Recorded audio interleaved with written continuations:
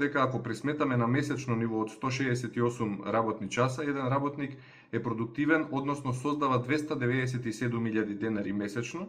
а нето платата останува на македонскиот работник 24.379 денари, што значи дека работник на минимална плата добива само 17% од вредноста која што ја создава месечно.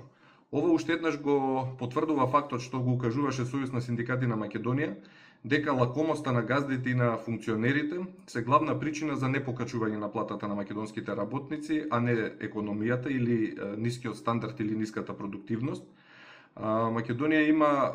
како што кажав, просек над светскиот и постои економски простор за раст на платите, покрај сите убедувања на одредени експерти, газди, дека сето тоа ќе се одрази врз економијата негативно, односно ќе има испуштање на работници, затварање на фабрики или поголема инфлација.